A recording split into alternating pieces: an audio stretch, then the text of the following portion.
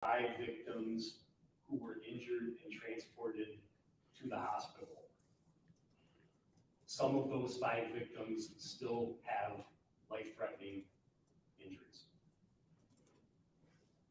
Out of respect for the families, and while we continue our active investigation, we cannot confirm any personal information about any of the victims at this time. Again, we want to reiterate to everybody that we know there is a lot of information that's being shared on social media and being said on the scanner. Please continue to get your information from us. We are committed to sharing timely and transparent information. Our hearts are with those who have been affected by this senseless act of violence. Giving an update like this is never easy. As a father, I can only imagine how parents are feeling right now. This will be the beginning of a long healing process for everyone who has been affected. That is the initial information that we're able to share at this point. I'll conclude by saying, again, that this is still a fluid situation. There are several different crime scenes that we are processing with our state and federal partners. And there's a lot of work that still needs to be done. At this time, I'm going to turn it over to Special Agent in Charge, James Taraska from the FBI.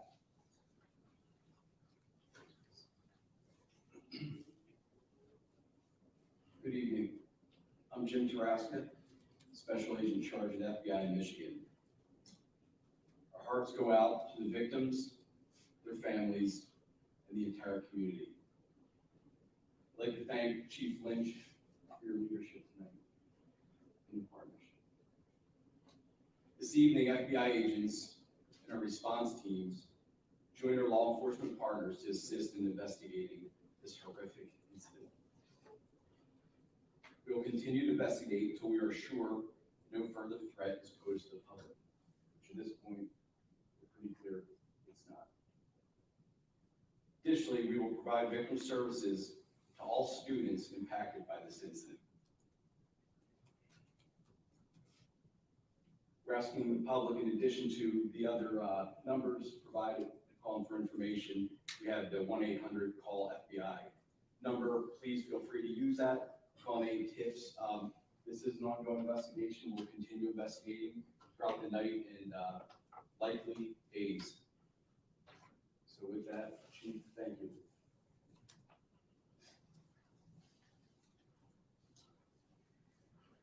In addition to the FBI tip line, we have countless investigators from not only the MSU Police and Public Safety, but our local, county, state, and federal partners assisting us with this investigation, and there still is a lot to do. I'm going to provide another 800 number and email address for anybody that may have any information that will help our investigators as we put the pieces together for this incident. That phone number, and we'll also share it on our social media, is 844-99-MSUPD. Again, 844-99-MSUPD. And our tip line is tips, T-I-P-S, at police.msu.edu. Our investigators will continue to work tonight and around the clock to process the crime scenes and start to put the pieces together to try to understand what happened here tonight. At this time, we will open it up for a couple questions. I just want to say, please understand that we are sharing information as quick as we can. There's a lot that we don't know at this point. This is still dynamic, it's still fluid, and we will do our best to answer your questions. I'll start right here.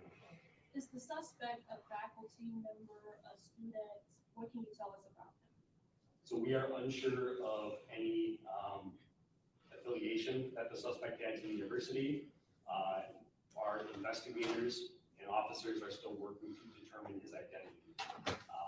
Once his identity is determined, we will then look to what connection he may have had to our community here. But at this time, that's still part of our investigation. Just to follow up along the same lines, are the victims in this instance students?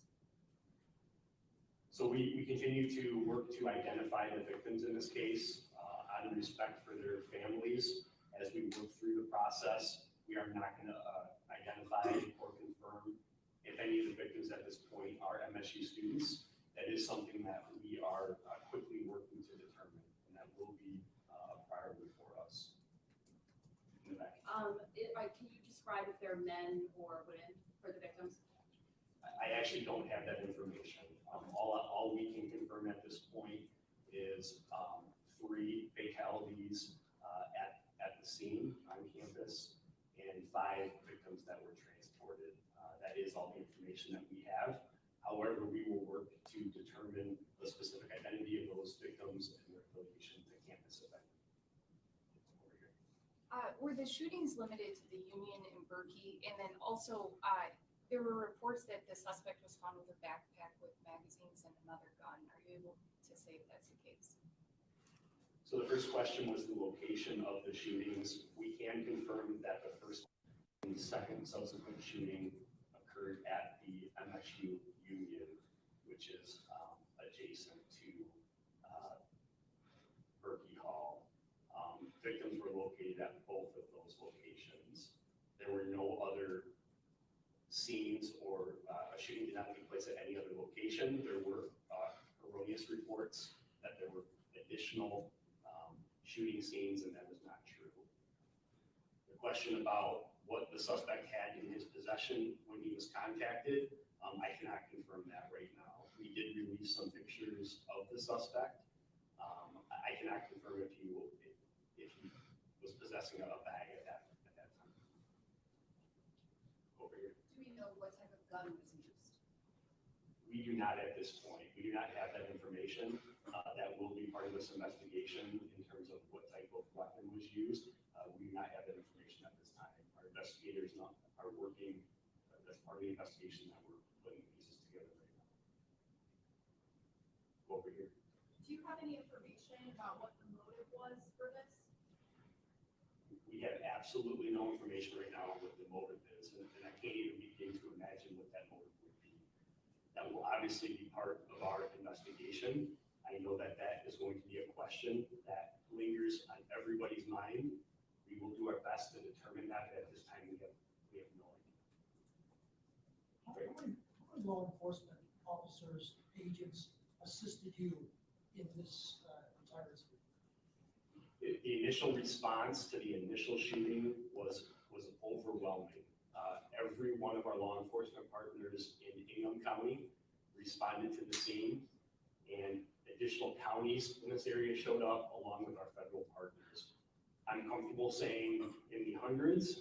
We had hundreds of law enforcement officers from university, local, county, state, and federal from the Mid-Michigan area that descended on campus today in a coordinated effort to resolve this incident and secure our campus.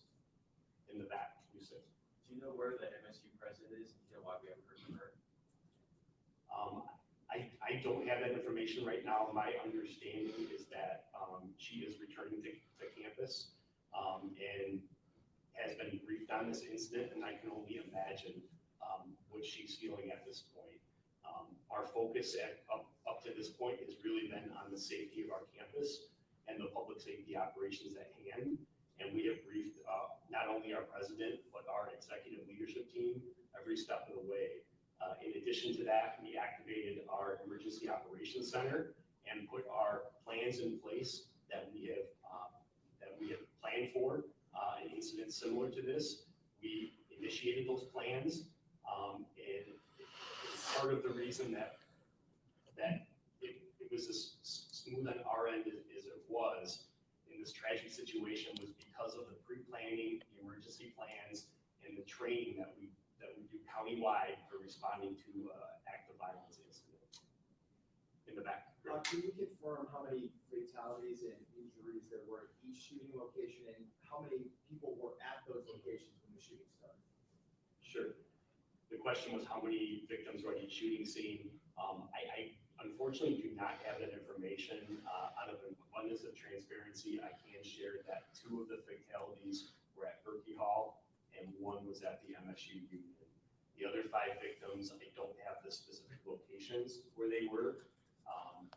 We also don't have specific information on how many students or people were in those buildings when the shooting occurred. I do know that there were students in those buildings. I don't have a specific number. I want to commend the students and our community on how they reacted to our emergency messaging, instructing people to shelter in place, to run, hide, fight. Our community listened, and that's why a lot of folks in those buildings were able to escape, is because of following our instructions. We go over here in the back. You talked about the collaboration and the massive response. What led you to this guy? How did you find him? So I actually don't have that information right now. The update that we provided about the contact that we had with the suspect off campus was very fluid and dynamic and occurred right before coming in here today. So unfortunately, I don't have that information on what led us to his location. He was contacted by law enforcement. He was contacted by law enforcement off campus. I cannot confirm that location right now. That scene is also being treated as a crime scene and is being investigated as we speak. We may have additional information to share relating to that in the future. Tell you what, over here, go ahead. The 5 victims, are all of them still in critical condition or some in stable condition? What's the range of their condition?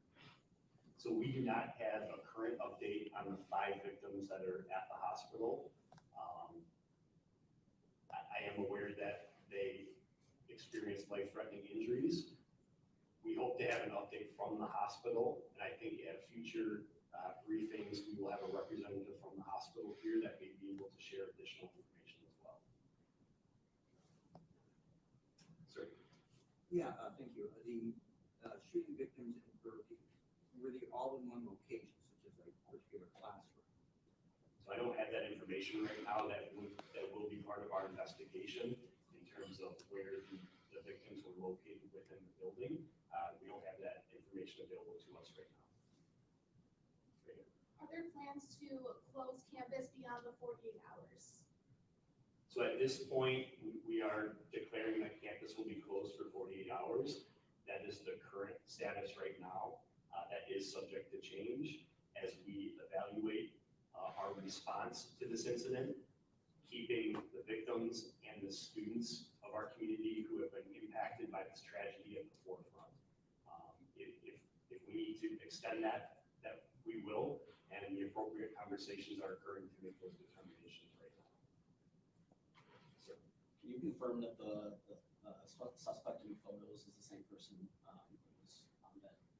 I can confirm that the photograph that we pushed out immediately as part of our transparent information sharing is the same suspect that was found deceased, yes. Sir? Just so I'm clear, can parents come to the campus now to pick up their students, and can students leave the campus? Yeah, so we have lifted the shelter in place. That communication was sent out during this conference. Students are free to leave and go about their business. If they would like to be picked up, they may do that. We encourage any student that experienced any part of this incident that may be a witness to contact us. We've already been in touch with several of them, but if there are any students that witnessed any of the tragedy that occurred tonight, we would refer them to our tip line and email. We would like to have an investigator speak with them to understand what their experience was during this tragic incident. In the back. To your knowledge, was there anybody that confronted the shooter either at Berkeley or the student who We do not have any information on whether anybody confronted the shooter at either one of those buildings, one way or the other. Part of the investigation, we will look at the sequence of events and what occurred at each building.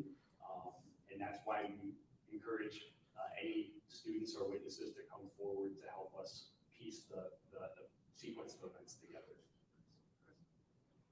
But Were any campus threats reported in the last few days or on social media?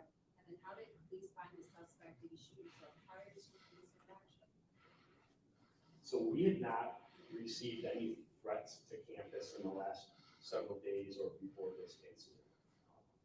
We had not received any threats to our knowledge.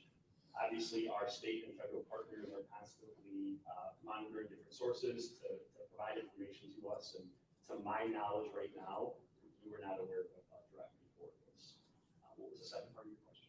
How did you all stop the suspect? Did he shoot himself before he made contact with you guys? So I don't have the particular details on the encounter that happened when law enforcement confronted the suspect off campus. That will be part of our investigation as well, but I don't have the specific details of how that incident transpired. What was the first time that the call came in? The first report that we received was at 8:18 p.m. 8:18 p.m. We responded in force. We had officers on scene, not only from MSU Police and Public Safety, but East Lansing Police Department, the Michigan State Police, the Ames County Sheriff's Office, Meridian Township Police Department, initially responding to that scene within minutes. We had officers in the building following their active shooter protocol and going towards the threat. While officers were in Murphy Hall, the suspect moved over to the Union, and when the incident took place there, officers quickly redeployed to the Union, and that's when the suspect left out the north door of the Union, which is the point that he was last seen. We'll be taking one more question, and then we'll provide an additional update at 1:30 a.m. So we'll take one more question, and we are going to do another update at 1:30, which is less than an hour from now. Go ahead. I know the scene with the shooter is still ongoing, we just found out about it, but do you know, was he in an off-campus apartment, in a car? What was the location on which he found the suspect? So we're not going to share any information right now about that specific location where that occurred. I can assure you that it was off campus. It wasn't directly near campus at all. It was an off-campus location. Because that scene is still active as well, we're not going to disclose that particular location right now. So again, we really do appreciate everything. Go ahead. I'm going to turn it back over to the Vice President. I just wanted to end it with this particular comment. We can't describe and appreciate the response that we have from our partners in our community. The number of police officers, emergency medical service, fire departments that showed up literally within minutes to support this effort is completely overwhelming with that. If you were on campus at the time, you saw it with that. They're still there, still clearing buildings, very methodical process. We have the numbers to do it. And it's only because of the relationships that we have here locally and the ability to train and partner constantly.